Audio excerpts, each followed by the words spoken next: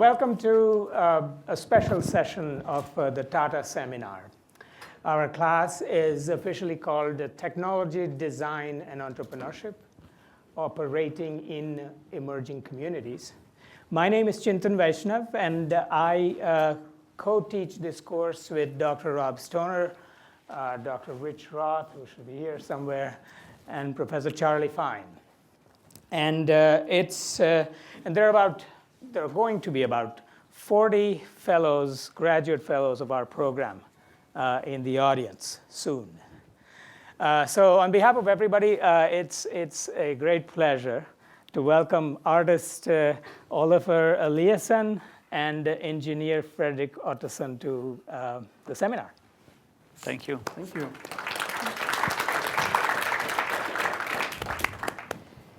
So first of all, I want to thank you for choosing to meet us, given your extremely tight and short schedule at MITei.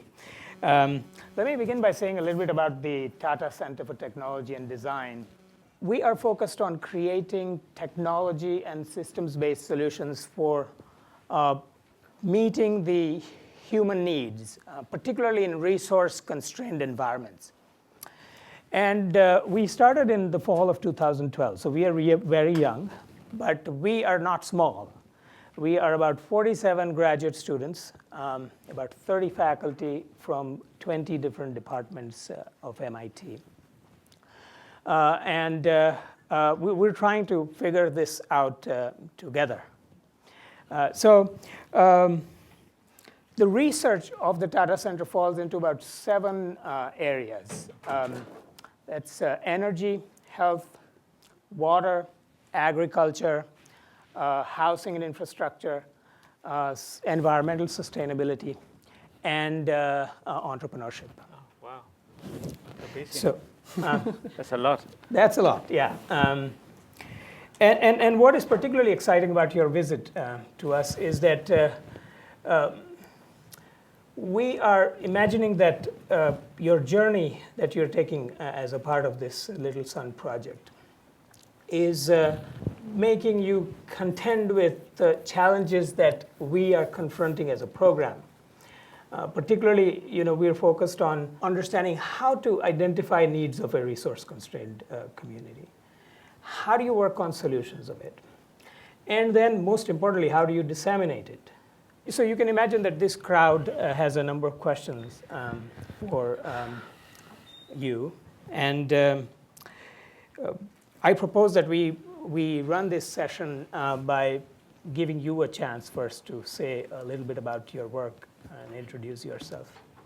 And then go right into those questions.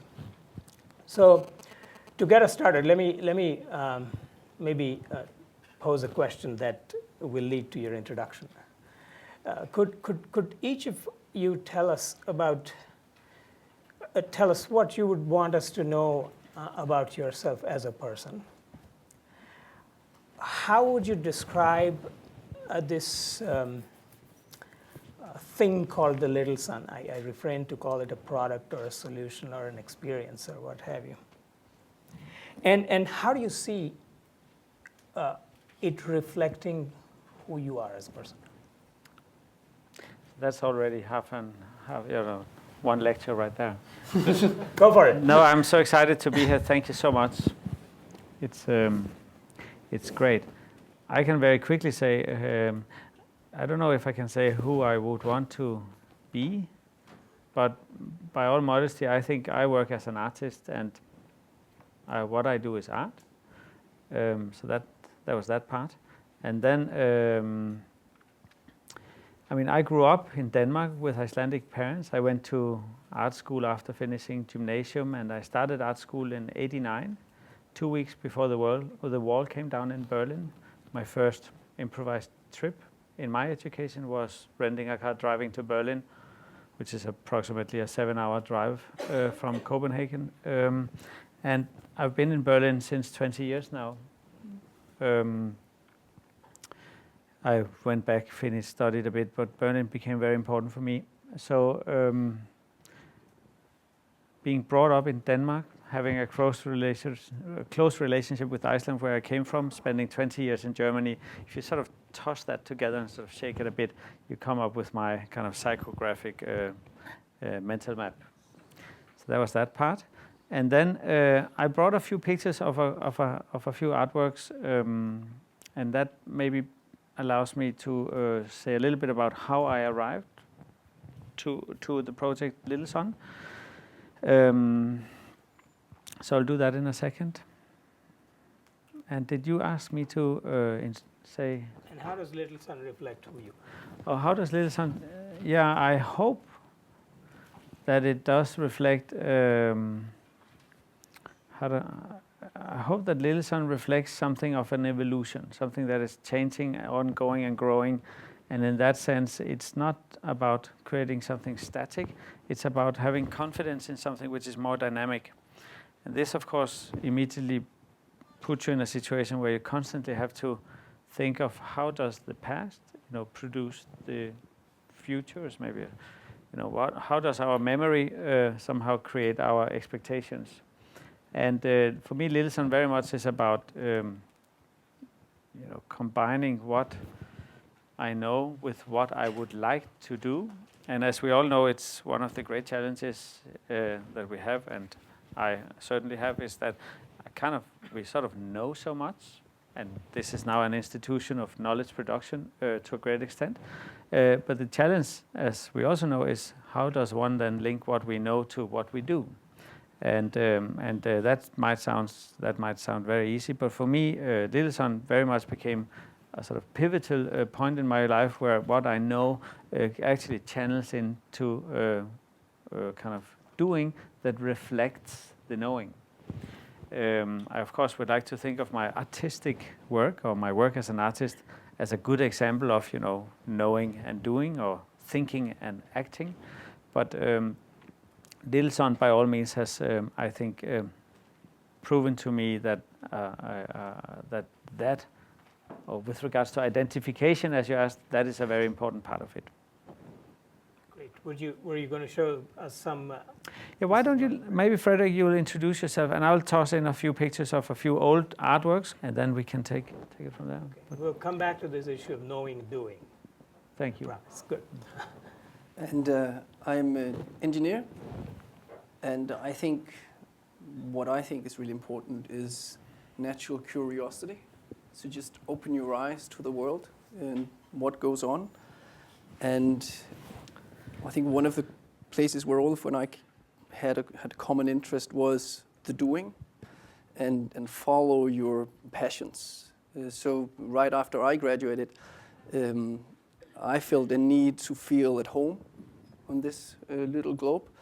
And I think the best way of feeling at home was to circumnavigate it in a small boat, because it takes time and you get time to see and to experience, and developing whatever you want to do in the world. It's quite nice to feel at home and feel safe anywhere you go. Then I think it's hugely important that when you have capabilities of doing something that you feel is important, that to some extent you also have an obligation to actually do it. And I didn't make a solar power lamp or drag Olafur into making a solar power lamp because we got an idea. So the idea kind of came to us based on the knowledge that we had, and listening to the market and listening to the demand and seeing the very, very limited supply. I thought it was an important thing to challenge. And I also think that you, in that process, constantly have to be curious, because we're in an environment where we actually don't know the results. So you also need to be slightly daring and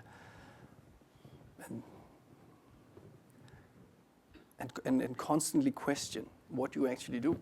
Is it right or is it not right? I don't know. But if we analyze and if we're honest to what we do and listen to the environment, we can, come forward to a reasonable result. And I think that's a lot of what I represent in this, is using my technical expertise and balancing that to what can we achieve and what can we afford and how do we actually do that.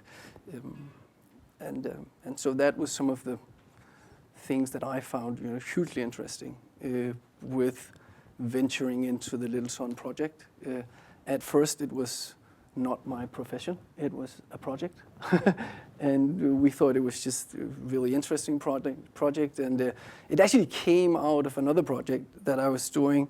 I kind of tend to have a passion for the slightly impossible. And so I was working on a solar-powered airplane. And we actually just finished the world's first passenger-carrying solar-powered airplane. And a lot of the discussions Olafur and I had in the beginning evolved around the airplane until we realized that maybe the world needed a lamp slightly more than an airplane, at least right now. And so that was how we got started on working. So I think that to take your last question, so how does Little Sun actually represent that? And I think if without that natural curiosity, without that understanding of the need of talking to your customers, without a broad outlook, it would never have been around. So it's very much embodies who I feel I am. And when I realized that Little Sun embodied who I am, I was quite surprised that I was a yellow flower. I saw myself a lot more like an iPhone, but that was still.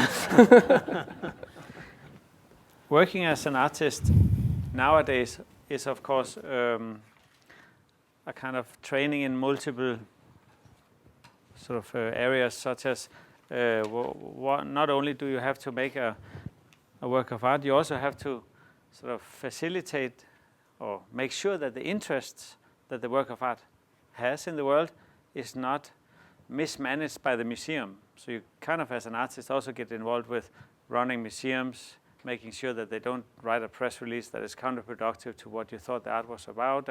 And frankly speaking, having worked then for 20 years as an artist, you develop a broad set of skills, some of which are very pragmatic, such as making an exhibition in Venice where getting a hammer and a nail is more or less impossible in the 11th hour. I always say if you can make an exhibition in Venice, you can open up a retail store in Addis Ababa. Much easier to work in off-grid rural countries than it is to be an artist in making an exhibition in Paris. And I'm actually quite serious. So this is one aspect of it. But of course, within the heart of the artworks itself, there is also the confidence in that one can have a dialogue with the world, which has consequences to the world, and this idea of causality, meaning that, well, I say something, and maybe it's not a major element, or it's not going to change the world a lot, but yet you feel that you are interconnected with the world. And this idea of creativity, or the way that creativity somehow performs, is really very much related to the idea that reality is relative. So this, of course, leads us to this idea that a work of art is not the kind of object standing in the room, to break it down to basics, which is where the artistic potential is in the object. The artistic potential, or the creative potential, is in the way that the object and the context, this being the world, or the time in which it's happened, or the space in which it takes place, and so on and so forth, is exchanging or resonating, you could say. So this means that it is the way that the work of art is performing in the world that makes it to a work of art. The work of art, as it of itself, is only a machine. Without anybody looking at it, engaging in it, or a time in which it, a world around it, it's not really, at least for me, an interesting work of art. So I worked a lot with spatial principles, systems in which people engage. I've studied phenomenology and psychology with regards to how do we experience the kind of behavioral studies. What does experiencing actually mean? What is the experience economy? What is counterproductive? What is productive in this? So there's a lot of social scientific material in this, which taps very well into communication. How do you speak without patronizing the one you're talking to? What is nonviolent communication? How do you exercise a degree empathic understanding of the other, and what is the notion of the other, what is identity, and so on and so forth. So as you know, art, of course, today is a kind of incredibly rich and very resourceful field where there is a lot of studies, and when we say something about art, it is clear that it's a little bit like saying the word food. So there's like so many kitchens, there's so many different types of being looking at food and so on. So art is really not, art is just language, and I have come to appreciate this idea. It's not really so much about what language you speak, it's more about what do you want to say with the language. Right, so I'm so sorry, I'm trying to break it very short. So this is a project, so I have 4 examples for you. This is a project, it's actually 10 years old, a little bit of an anniversary at the Tate Modern Turbine Hall in London.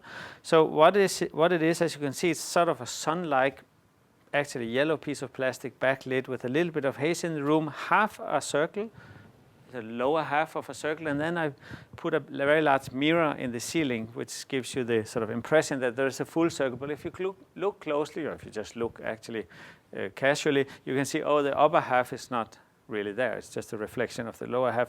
But interestingly, what happened is that people very quickly started to engage in the space in various ways, and it became a kind of a community on the floor that started behaving differently than what one normally does in museums, and so on and so forth. So, and then of course I could talk about this in different ways, but what I think what's particularly interesting is that there was no doubt that people were having an experience which, as far as I could tell, was relatively robust, right? Some people didn't maybe like it as much as others, but generally speaking, it was clear that there was an experience. There's a lot of things going on. People started to behave differently. Some got more noisy, some got more quiet. But what constituted the space was the sense of sharing an experience without necessarily agreeing on what we saw. So this is an interesting phenomenon where I think you can have a high degree of singularity in the subjective experience, but also a high degree of plurality in the sense of sharing. And as you know, this is something that has become relatively rare in society because everything is either polarized or it's becoming populistic or nationalistic or whatever, meaning that things very quickly become exclusive or excluding. Meaning that if you don't agree, you're not welcome. If you're not the same as me, or if you look different, if you have different background and so on and so forth, there's a tendency to exclusion. So as a space or as an art institutional system, it's very interesting that some institutional systems can kind of facilitate a parliamentary or democratic idea about, well, let's see if we can share something without necessarily having to agree with it. Let's share and disagree at the same time. So this is a discussion one could go down into, which I think a very interesting principle that I've been very curious to look into, which is why I've done works like this. You can barely see it maybe, but it's a little bit of a rainbow, or it's a small rainbow, which is made with water falling, spotlight, a little bit like a sort of normal spotlight in the ceiling. And as we know, that you need an eye as well, right? Because if there's nobody in this space, the question is whether the rainbow is actually there. See, now that's a good discussion between sort of the natural obsessive natural scientist or the kind of phenomenologist, where to what extent is the eye actually a co-producer here? But principally speaking, the object is gone. It's been dematerialized. The traditional notion of what constitutes art is gone. The subject becomes more active. My seeing is becoming the producer. I become the artist. The spectator become the co-producer. I, as an artist, me, hand over the responsibility of the quality of this project to the people who come to visit the exhibition. Meaning that I, as an artist, I'm only, of course I kind of write a narrative, but the reader is the kind of performer of the narrative. And if there's a person next to me, as we know with the rainbow that the person next to me sees is by definition not the same, because the angle of the eye and the drop is a different one. So same phenomena, but different rainbow. And we can still see something where we constitute the idea of sameness, but it is by virtue, as we know, not at all the same. And so on and so forth. So this is the waterfall in New York, 5 years ago, I believe, 2008, so 6 years slowly. And one could talk also about these sort of spatial phenomenological principles, but what I think is interesting here, or one of the things that was interesting, to pick one topic again, was when we see water falling, we actually also see how far away it is. Because as we know, water tends to fall with the roughly the same rate. A little more water does apparently fall a little faster. But when you're in a landscape, so you travel to Iceland, no trees, no cars, no roads, and you're looking and you go like, my God, what landscape is this? Am I on the moon? I can't really get a sense of scale. I wonder if I go down there, will I be this big or will I be that big? Does it take an hour or a day to walk into that valley? Haven't you been at landscapes where it's somehow if you see a tree, then and if you have a car, you can kind of tell. Then you look and then you see a waterfall and you look at the waterfall and you realize, oh, the water is falling very slowly. Oh, it must be a very tall waterfall very far away. Suddenly the waterfall introduces a sense of scale, and obviously it's not the scale of the landscape that is interesting, it's the scale of your body within the context of the landscape, so it constitutes your own presence, which is why hiking through a landscape and suddenly looking at a waterfall can be such a rewarding experience, and so on and so forth. So depth, perception, space, and body presence is one of the things that I've been very interested in. And if you look at New York, where public space has been privatized and the regime of two-dimensionality depriving social, let's say, confidence, which is a big discussion within public parks and space and so on, is an interesting field. And I think art, of course, is one of the factors that can introduce a sense of not just depthness, but also a sense of a space where people can actually meet. Singular, plural, maybe even, right? Same principle, rainbow, round, circular, sculpture, architecture thing. You walk around. If you don't walk, the color won't change, as you can see. If you just stand still, nothing happens, right? So if you're not walking, you're not activating. So you're again the artist.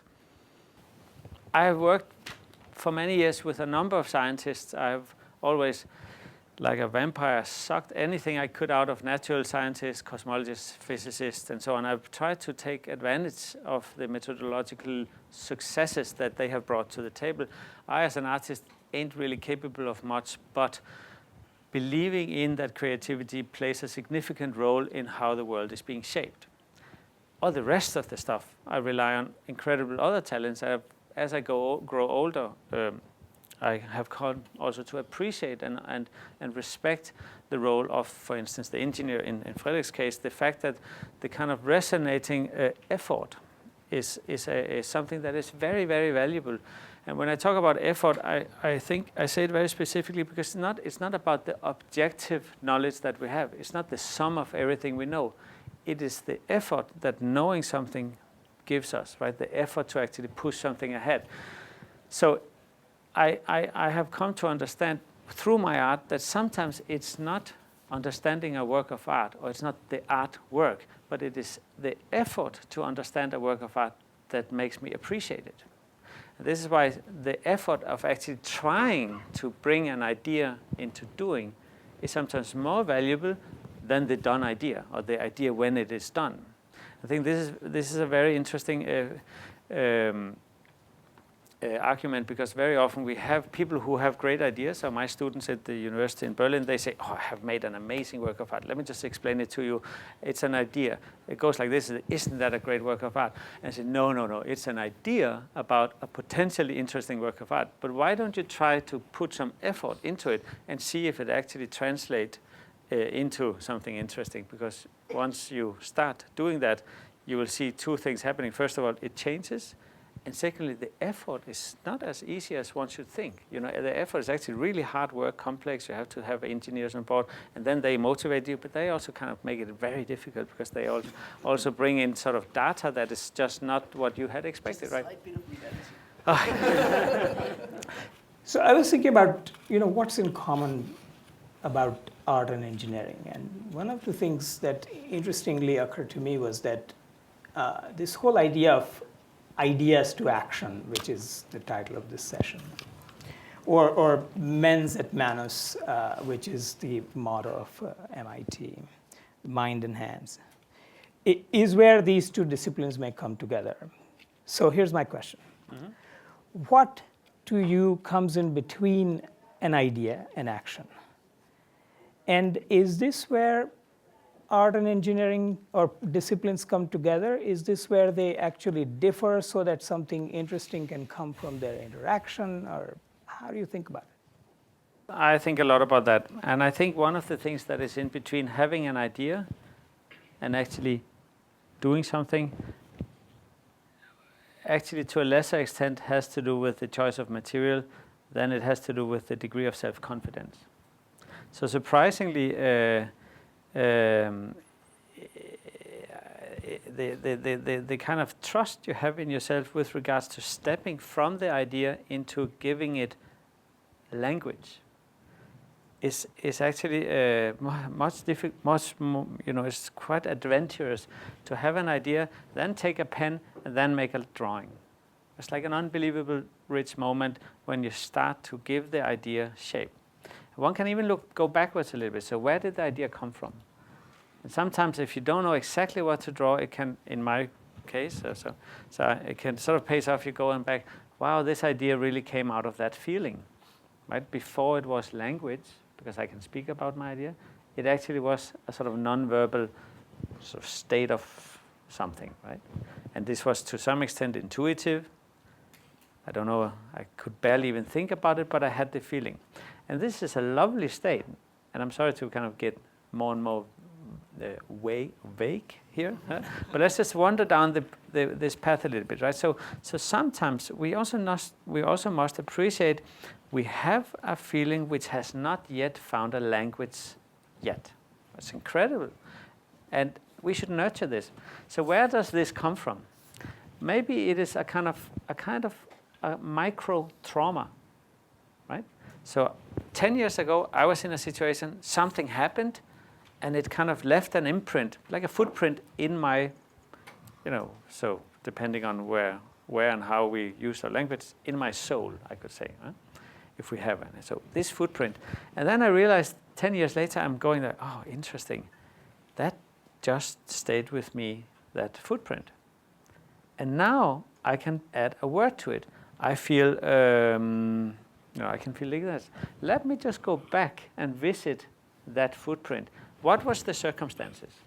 What inspired me?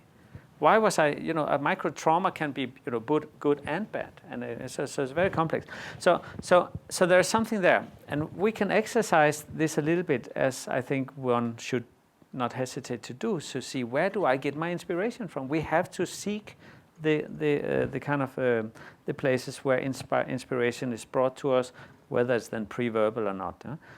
We can also think about that. Let's think of 10 years from now, where we are sitting somewhere else, and we're going to look back at this classroom where we're sitting now.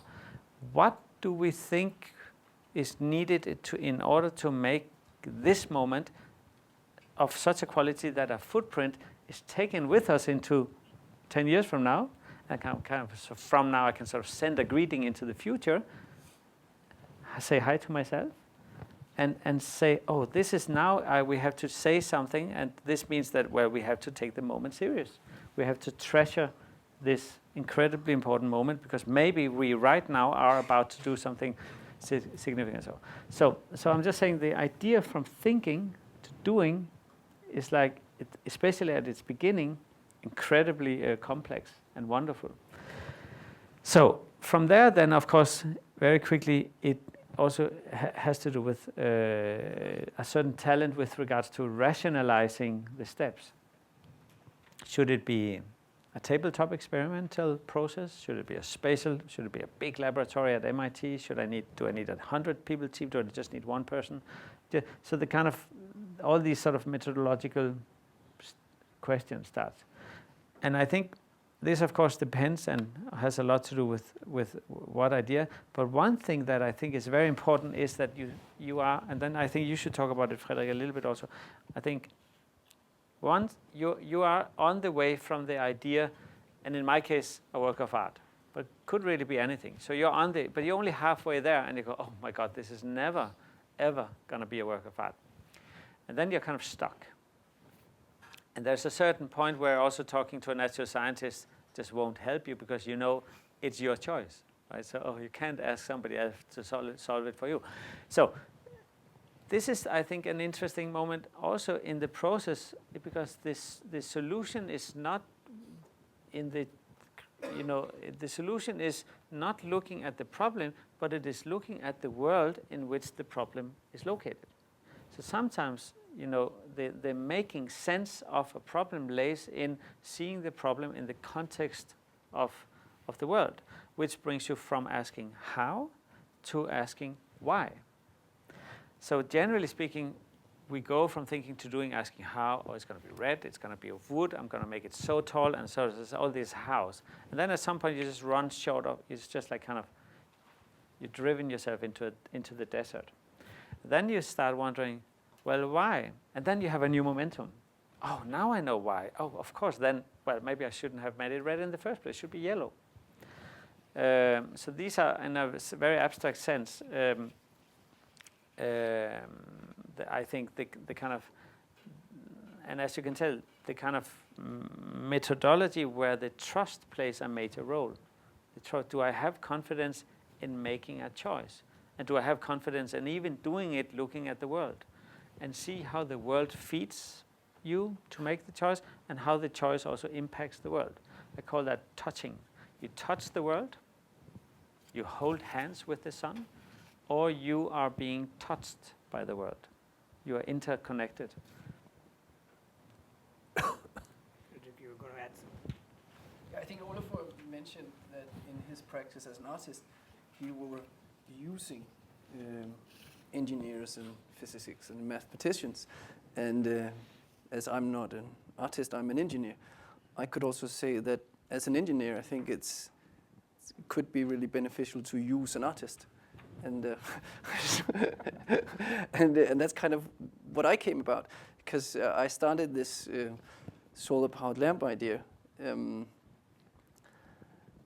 it came to my mind that I wanted to make an impact. And I looked in the marketplace, and I didn't, it's not an invention in any way. Solar-powered lamps has been around for a while. And how could we then make a real impact? And what were the drivers in buying products like this or artworks like this? And I realized, looking into the marketplace, there was absolutely no product in the market that inspired any kind of happiness or any kind of beauty or of any kind of emotions. And human beings are hugely emotional. And then I kind of looked back at my history and my education and learning. And that was just a blank page. I never learned anything about designing 35 cents of plastic into giving any kind of emotions. I just couldn't do it. I could sit and draw forever. I could look at my study books. I had not learned, how do I put emotions into a piece of plastic? So I was going, hey, I can't do this. And I could make squares, and I could make rounds, and I could calculate the volumes in squares and rounds and stuff like that, but just didn't change the picture. So that's where kind of, of course I look at Olafur, because very, very few people are capable of putting a huge amount of emotions into a mold and reproduce that emotions 1 million times at no cost. So I think as engineers, there's a huge opportunity in looking into production of emotions, and that's where the art world comes into the picture.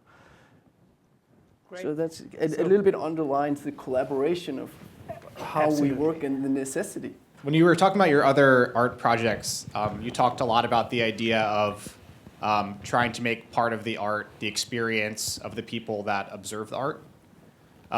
So as you're thinking about the design process for Little Sun, who is it that is experiencing this art, and what was the experience that you wanted them to have?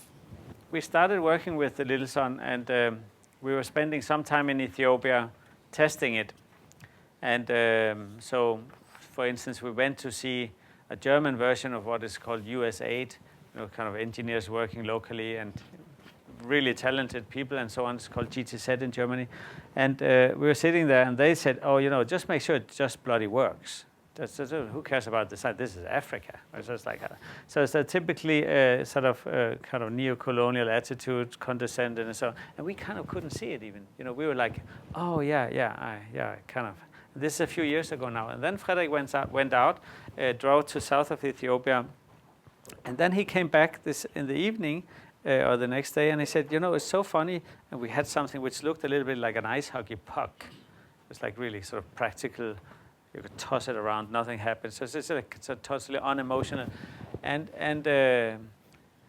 then he said, Frederik, that, well, I was showing some young girls sort of on the way home from school, I guess, some of the lamp, and they said, oh, well, interesting lamp, but the string is really nice.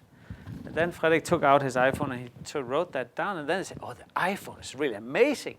And I was like, oh, we're doing something wrong.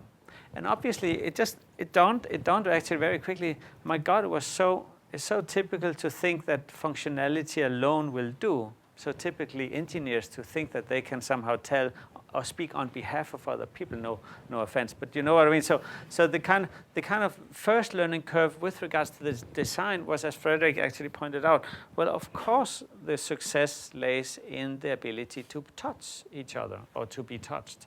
And this is interesting because this everybody shares. It's not about the kind of resourceful north and the resourceless south and so on. It just becomes about the desires we have in life. So I want to be happy. That's it. Right? I want to have beautiful stuff around me, relatively beautiful. I just want a certain amount of luxury in my life because it just makes me happier. Simple as that. So the design very quickly became about also saying, well, this project is about the same needs everywhere. It's not like only a problem when you're in off-grid in area where there's no access to energy. It's a kind of a global problem that a part of the world is totally disconnected from power, disregarding the health, the kind of the climate, the educational, all the sort of surrounding aspects. So the driving process really started with saying, well, let's just make a lamp that everybody thinks is beautiful. I think I'll rephrase that a little bit. Because the truth is, to answer your question, we did have what you would consider as a focus group in Hawassa, a small town south of Addis Ababa in Ethiopia. And we did also look at the demographics on Ethiopia, because that was our starting point.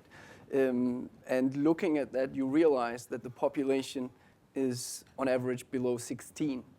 So you need to make a product that speaks incredibly well to children. And the people buying products for the children is mothers. So designing something that would fall in the taste of women and children, then you cover about 80% of your market. And with any kind of product, it's quite nice to know that you cover a certain amount of the market. And so the lamp is built in a direct dialogue with those women and children in Hawassa. And as Olafur said, we were going back and forth between Berlin and Addis quite a couple of times, realizing that the first prototypes we made just didn't work. Not that they didn't work technically. And when we were showing the products in the market and talking about the products in the market, they were very, very sellable because we were able to communicate the upside of the product. But as soon as we laid the product by itself in an open market or in a little kiosk or something, it wouldn't move because it didn't communicate by itself. So nothing happened. And I think that's very much in line with what we see on the other products on the market. They don't communicate, and that means they're not sellable because our customers, they don't care about LEDs. They can't judge it. They don't care about battery qualities because they can't judge it. They don't care about solar panel outputs because it doesn't make any sense to them. So they care about emotions. They need something that they will pick up because they think it's nice or beautiful or interesting or emotional because that's how we are. So going back and forth a couple of times, realizing that we didn't have the right product, we were looking at photos. I think, who's in charge of this thing? I'll just move to a photo I can quickly browse. Yeah, can you take the photo of me on the street with the girls? Because one of the things that is really interesting learning is understanding who your customers are and what they stand for. And our customers, they're romantic. Their patterns, their colors, the layers, the flowers, they're by no means minimalists. And that you have to understand and that you have to address. And so the next time we came back to, so we looked at that picture and realized that that was the case and what we were doing were wrong. And we went to Addis a asking completely different things that we'd done at any other point. So we'd start asking, how does prosperity look? How does beauty look? What is your favorite color? That kind of questions we'd ask our customer group. And Olafur's talent for physical bodies then turned those questions into something that looked somewhat similar to this. It's also about the story. So I think you detailed what I said. It wasn't really different from that degree of the detail, the design process, and not forgetting there is a practical side. We also wanted to compete with the oil industry. So there's a bit of sort of money monitoring, but still there was also the story, and the design is obviously the relationship with the lamp as much as the kind of actual tangible feeling of it in your hand. So the story at a very early stage, I was with an elderly woman, and I said to her after explaining, and then it's also a work of art. And she looked at me and she said, what do you mean a work of art? And I said, well, it's a work of art, I said. And this was in Addis Ababa, and she looked at me and said, so she said, do you mean like in the church? And then I looked at her, and I didn't see that coming. And then I said, yes, exactly like in the church. And then she looked at it and said, oh, but that's amazing. So do you see, sometimes this idea that, well, something non-functional carries you much further. And obviously it still has to work and has to be, compete with a certain price benchmark and so on. And this is where this idea of combining the idea of power. I have 5 hours of sunlight in my hand. I am holding hands with the sun. When I charge it, I charge myself. The idea of resources being on one side, the kind of measurable amount of sunlight that you can have in your battery, and sort of suggest that there is a relationship between that and how you feel. You're charging yourself. You're becoming resourceful. That became a kind of design sort of driver with regards to understanding what is our message. How do we reach out in a way that is, productive? It sounds so quantifiable, but reach out in a way which actually is confidence building. When you say that you have sun, you have the power of the sun in your hand, and then when I'm thinking that, oh, but it has this solar panel and batteries, and there's a casing and there's an LED. I understand it. We have a really funny picture of a sign, because we didn't have marketing material in the beginning. We just had lamps, and then we started testing out selling these lamps at kiosks, and they created marketing material themselves. So a really nice one, a big picture, and our logo, and it says, no batteries, no electricity, only sun. And it's just completely wrong, but that's the perception. So I think you as an engineer have to understand that a lot of your customers, at least in this market, have a very different perception of technology than you do. I did a lot of road trips in Ethiopia in the beginning, and I talked to our focus group. And one of the questions I came about quite frequently was, is it dangerous to wear it? And that surprised me quite a lot, because I couldn't understand it. And another question I got that really showed me our customer group's understanding of technology was, will it work without the strap? And to you and me, that seems like a quite odd question. But if technology is pretty distant from what you do, it's a perfectly valid question. And it just shows you how far away LEDs and batteries are if you can think that the lamp will not work without the strap. Hello, I'm a graduate student at the MITei Media Lab, and I'm also an artist. My question is, based on the consumer feedback and the way that people are using it, what is the future of the Little Sun project? Do you plan to design another one? Oh yeah, so of course we have like so many plans. But I think one very clear ambition is to succeed in scale. I mean, now we have, we feel we're so excited and proud and all of that, and we have kind of managed to bring about what is it, 130 or 100? 250,000 lamps. We have done 250,000. So and that has, if they are all out there and working and so on, we have already, tossed a few. We have reduced the sales of petroleum. It's not a lot, but considering which is so and so on and so forth. So we can sort of start trade carbon So the idea is obviously that every fifth person in the world doesn't have access to energy, and this is really the perspective. And we're close to finishing a mobile phone charger. We have worked again on our business model. We're close to breaking a kind of investment into our little company here, and so there's a number of things going on. The business model is basically based on selling at a higher price in places where there is power, and then we sell it at a lower price where there is no power. But we are market driven. It's not an aid project. It's not a sort of. It's supposed to build up, and that's a whole field of itself: microeconomics, bottom of pyramid economical infrastructure, and build up, and the retail system, and that the whole idea of retailing this is a whole field of itself. So we have created a little task force in Berlin where people are actually being paid from the money being generated by this. 10 people are working now, and a few people, and hopefully more and more people are working in rural places where there's no access to energy. So we are very ambitious.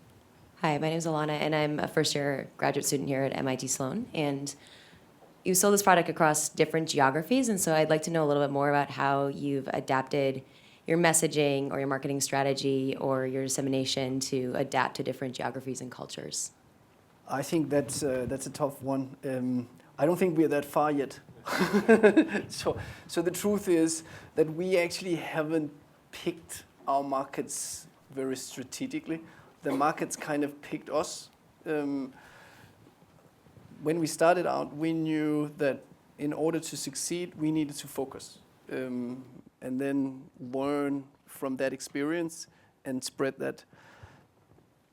But we're also about communication, and it is a global challenge. And in a political world, having a global challenge and a global communication platform and only addressing the challenge in one market, it doesn't work that well. And Olafur and I are also both incredibly bad at saying no. So when people ask us to do something, we tend to say yes, at least from time to time. So a lot of the time, and business and markets and selling is also about meeting the right people at the right time. So when we have felt that somebody came along in a specific market, wanted to do something with us, we've said yes from sometimes, perhaps too many times. And that means we actually haven't made our strategic marketing fit a specific market. We only have one way of doing it. And we do the same in Ethiopia, in Senegal, in Rwanda, Uganda, Nairobi, the whole thing. And of course, that's not right. And we also know that even though the lamp is designed for Ethiopia, had the design been made for Uganda, it would have been different, because that's how the nature is. So we also know that, of course, there's a need for different marketing to optimize your sale. But right now, we're at a point where we're really happy that we're just selling.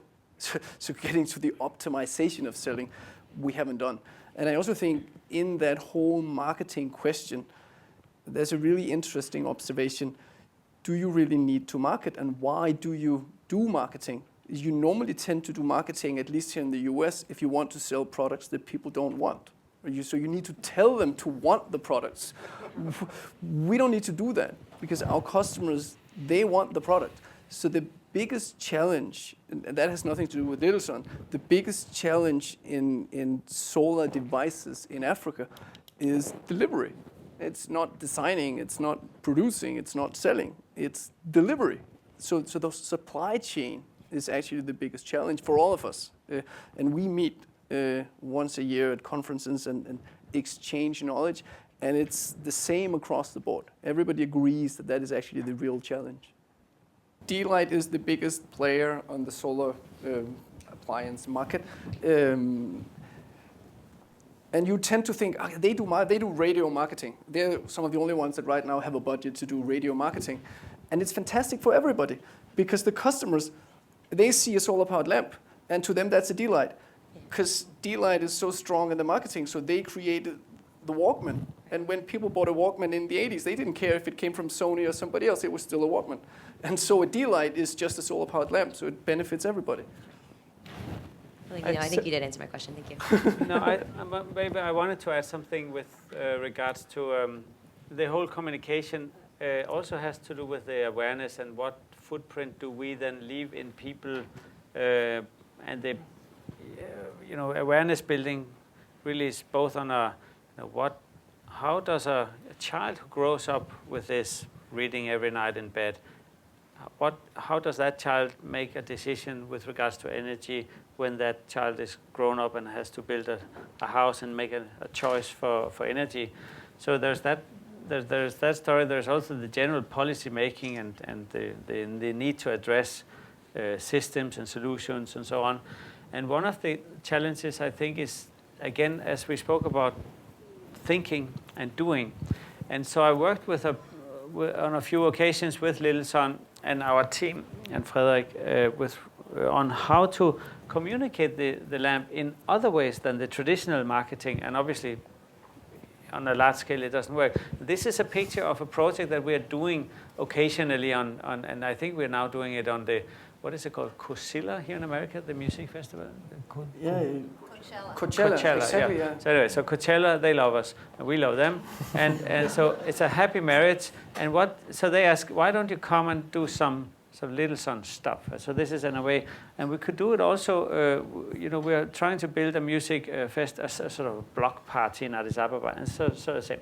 So the idea is that you make a graffiti or a drawing with a lamp, and interestingly, I think this idea of motion is about the difference between just thinking about, oh, this is really interesting, and you might touch it as a good beginning, but if you start to dance, then you are, one could say, you are a little bit traumatized. Do you know what I mean when I said before that you kind of have memory?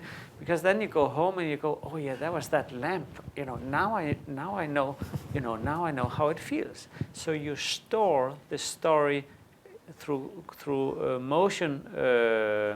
And as we know from, and that apparently came from MIT, if you make gymnastics while learning mathematics, you're much more likely to remember it long term. So all the kind of stories of knowledge and movement, and it's a big mistake that you're all sitting down like this with regards to what we say is just simply not going to be. You should be jumping up and down. So the point. So maybe you can turn on the globe. So this photo is actually me trying to draw. I'm unsuccessfully trying to write something in front of a sort of stop motion camera which captures the light. But essentially the project brings, at the Coachella for instance, and we've done it again and again, it then sends that picture onto an online planet. And this planet is, which is then built. But so you see, so it's like kind of building a sun. So essentially this is at some point going to be so full that it just becomes this sun, which when you zoom into it, you'll see all the signatures of the people, and the signature is a kind of a dance. Right? So it's a kind of a little marketing project, which is about awareness building and creating a sense of community and sharing the sun. And so there's plenty of small Little Sun projects like this, which reach out into what we call social media type of tweeter-friendly stuff. But it also addresses the fact, understanding energy is not so easy because energy is very abstract, except for incredible people like you here at MIT. But generally speaking, energy is something it's very difficult. It's very difficult to understand the climate crisis. Right? Oh my God, it's so untangible.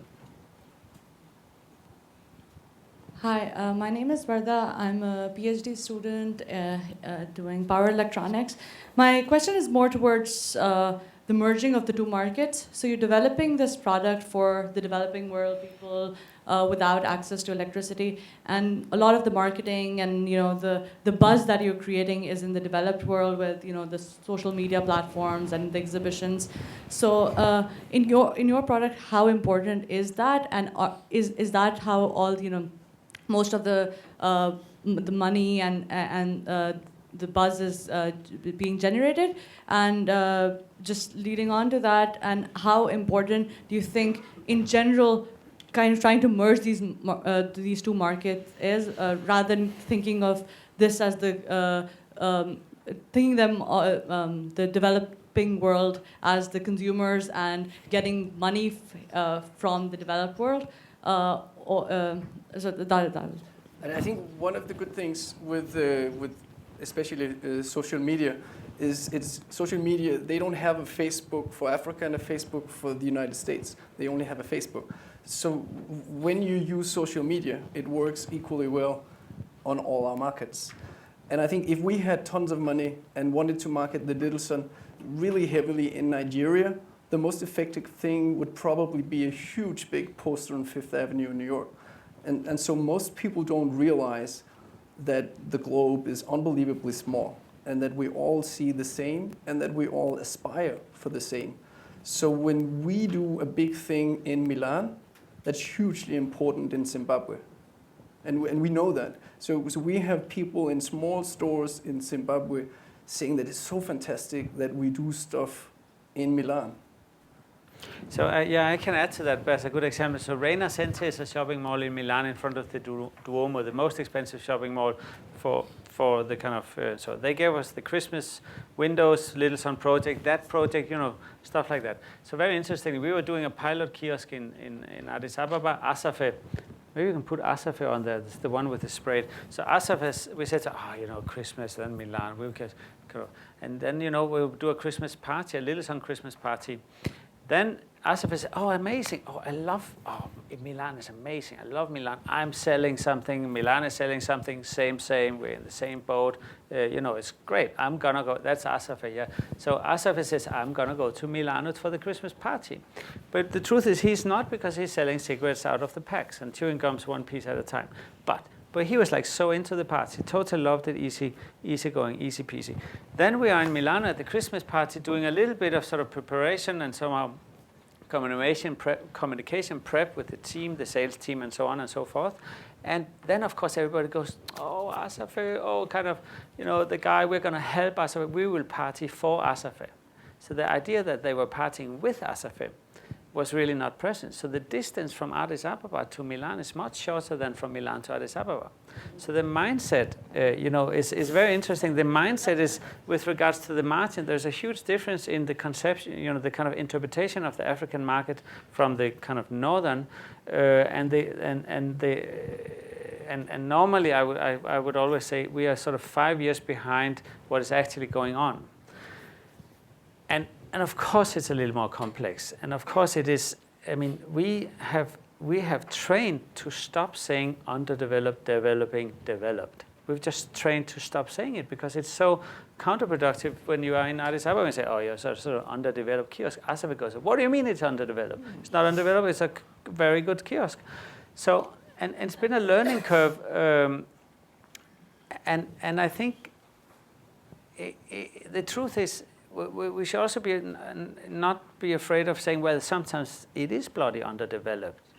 Girls don't go to school. That is underdeveloped. And to find a balance and sort of a way of addressing this without being excluding or exclusive or something is a complex challenge. But by all means, a lot of the challenges are very much in the northern hemisphere.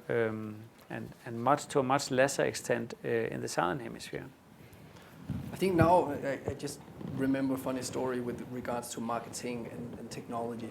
And I think now that we are here with Tata and engineering, so you're all aware they made the Nano, a phenomenal car from an engineering perspective.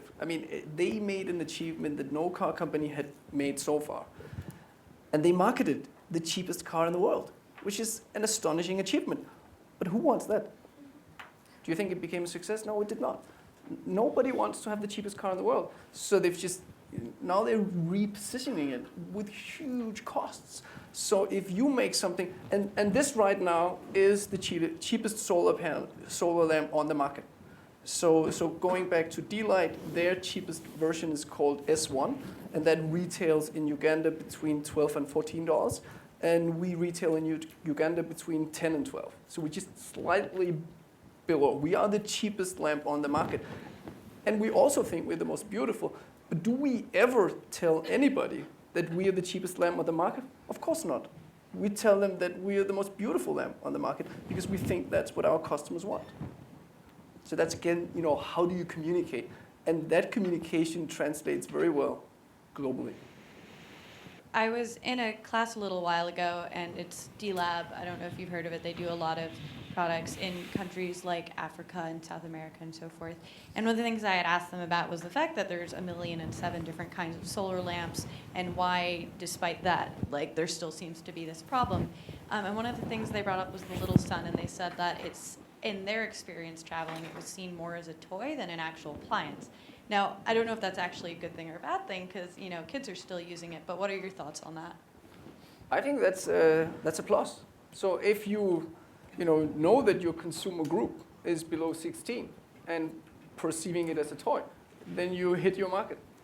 So, but I also think when they say they perceive it as a toy, it's probably that it's very optimistic and slightly naive, and children and toys tend to be that way. I haven't experienced anybody not liking it and not smiling when they saw it. So one thing is that you perceive it as a toy, but you quickly realize that it works. The main downside on kerosene lantern, which is a biofuel lantern light, is the health issues.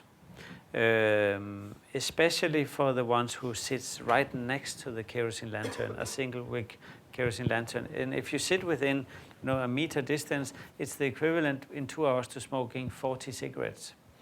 And this means if you are a child doing your homework, which is the most exposed in the household, because they literally sit they burn the front hair on the kerosene because they sit with the lamp and the kerosene and the book.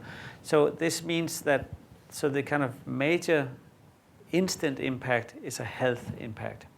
The more long-term impact is hopefully generating a cheaper chain of economy, bringing a little more resources to the family simply because they are buying over the lifespan of 3 years, which is the rechargeable batteries in this. That will allow for enough extra money, a little bit extra money to maybe keep one child out of labor and put that one child into school, maybe, and so on. So there's a number of benefits, but they all somehow involve children. And that's why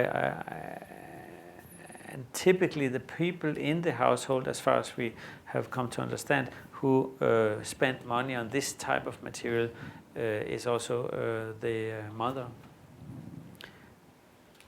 Basically, in our system, the father's out of the equation. Yeah. He just would never buy a solar lantern. So this is a bit of a follow-up on their behavior. So seeing as the purpose of the little sun is to actually have an experience kind of with the individual that's using it, what has been your follow-up with people who have purchased this? Have you seen them using it as a toy? Do literacy in regions increase with this? I guess, have you measured some kind of behavior trends on the other side? We don't have this, we're just a small startup. So we don't have the capabilities of going out and measuring the results of the little sun.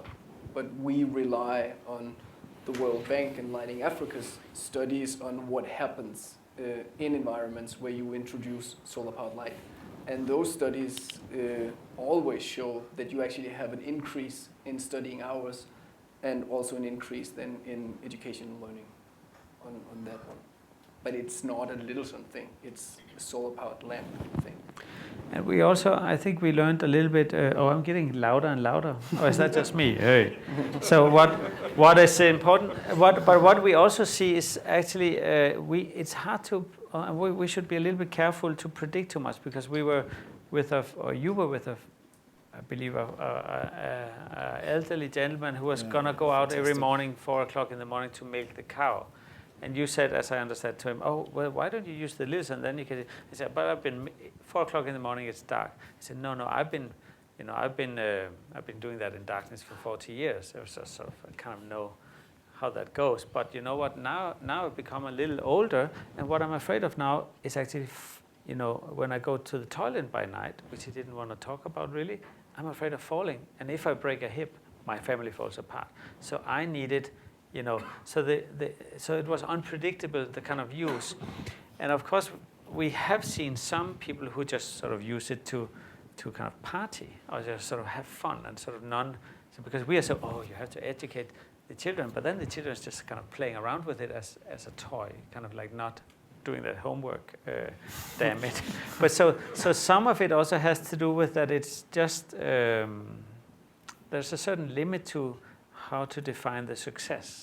I wonder why do we need an artist in order to solve this or to find the answer for these problems? And of course, I know and all we know that you are not working alone, you work with a group, but why not an economist, an engineer, an architect, a sociologist, or a politician? That's a good question. I actually also don't know whether I am actually an artist in that way. I don't, to be honest, think of myself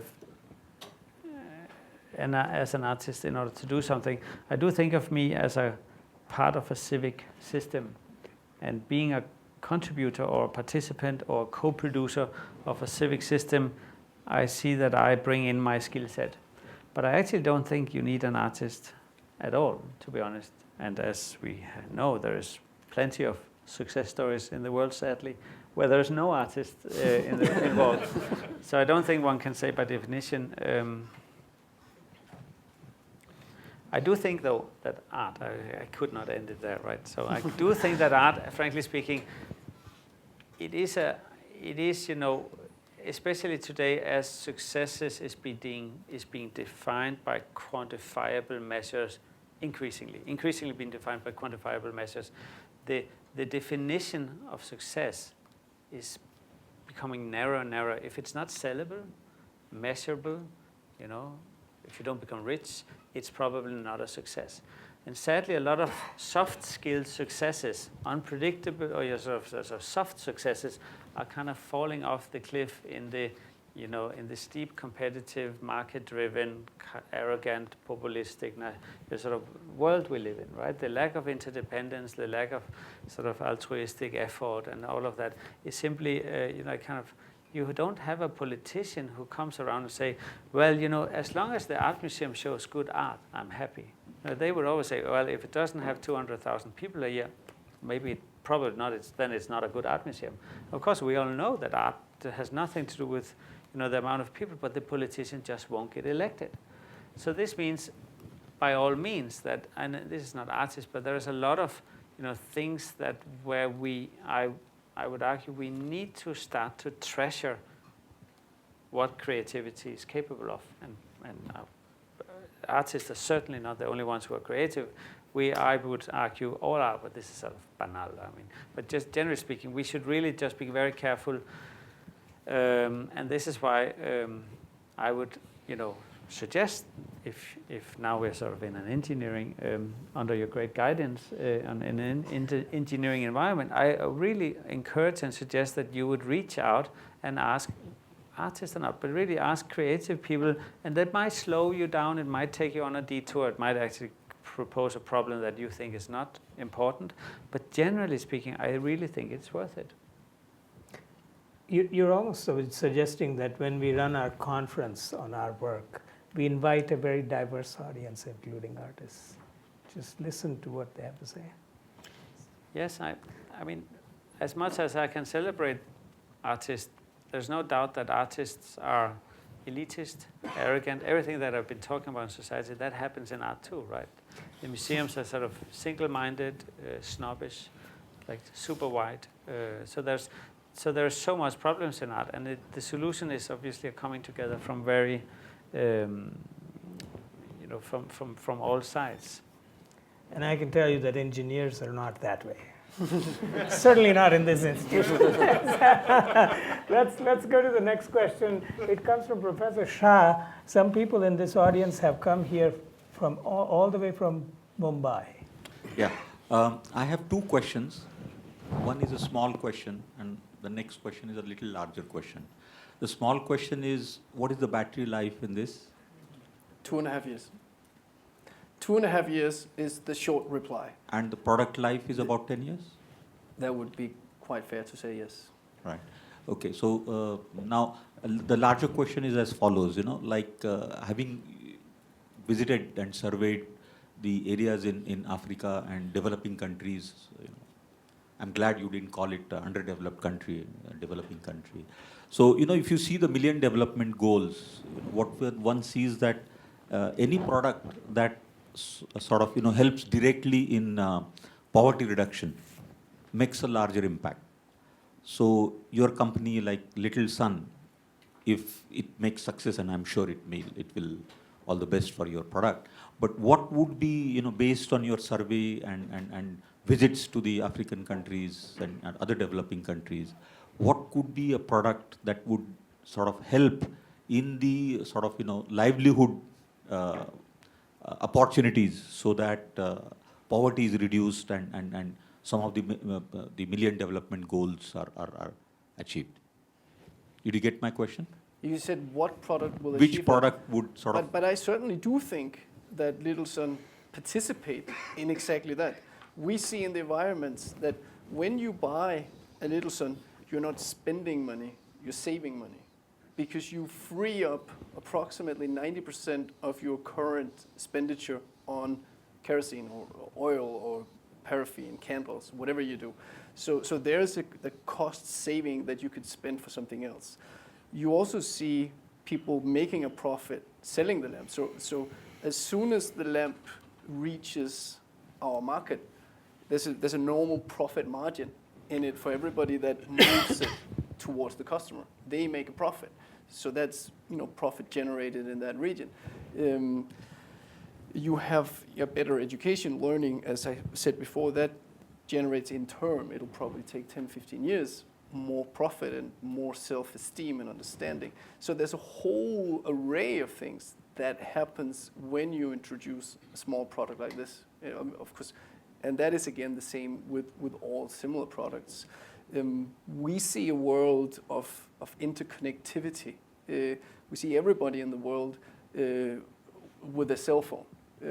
So giving people energy, subsidizing light is relatively easy. So you could burn a little bit of oil or whatever you want, you get light. But it's pretty hard to charge your cell phone with a candle. And so subsidizing the energy needed to supply energy for a smartphone or an iPhone or that kind of appliances, that's a natural next step. And these products are coming out everywhere. We're seeing smartphones just growing in the African market and in the Indian market tremendously. Today there is way more cell phones in Africa than in Europe. Right now Europe is slightly ahead on the smartphone market, but that will only last maybe 2 years. So these are coming, and that again connects us all completely, going back to the social media thing. So delivering the energy to do that, and we're seeing education platforms going out in that kind of media as well, creating jobs. That really means that you could live in a rural area anywhere in the world delivering software to General Electrics. Just to give an example. Because we will be able to work. The reason they can't do that today is because they don't have the computer and they don't have the energy to run the computer. Right now in India, I could buy a little laptop, $38, which is actually a sum that most of our customers could come up with if they really wanted. But right now they can't run it because they don't have the energy. But if we could deliver autonomous energy and small digital devices, then the world will truly come together. And I certainly think that will help a lot of the Millennium Goals. The Little Sun project feels like a side project. If you're shaping shared experiences in art spaces for people to participate in, this feels like a much more personal or small-scale experience. And for you, it also seems very different from work that you've done before. So how would you say that this is going to influence your work going forward, and are the two kinds of projects going to converge at some point? And do you think that it's a path that you would like to continue along? There are several components in the Little Sun project that are different from my other work. But there's also a lot that is overlapping. The whole idea about, questioning or investigating self-esteem, the idea of, feeling resourceful, but also the idea of feeling interconnected. The idea of sharing a project, participating in a project. This lends itself very well to online exchange of information. We have a lot of people who through Facebook or some media uploads images. Did you see that camel before with that some drink? That was somebody just uploaded this picture, and we're getting all that. So looking at it a little closer, there's actually lots of components which are in my other works. I feel that there will be an increasing cross-pollination between the two, as also I'm having my first one-person show in the Modern Museum of Addis Ababa, and I probably, had I not been involved with this, I would not have met these people. One of our great retailers in Dakar in Senegal, she also has a gallery. So in an odd way, not really very often, but sometimes there is this situation, and so for me, I don't sort of shift between the two.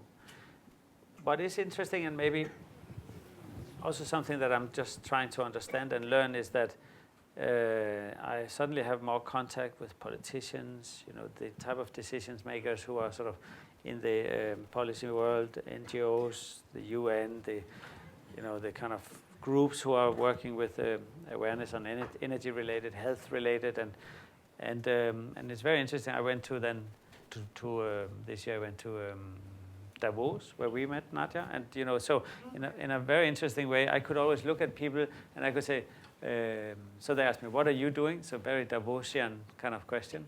What do you do? And I could say, I'm an artist, or I could say, I'm in the energy sector. Or I could say, I'm in bottom of pyramid economical development, or something like this. So it's very interesting, and I love this kind of relativity of what you do, especially if sometimes you say I'm an artist, people just go, oh no. Sometimes it's also fair enough. It's better not to say it's a work of art, because then people say, "Oh yeah, I see. Okay, it's a work of art. Nice."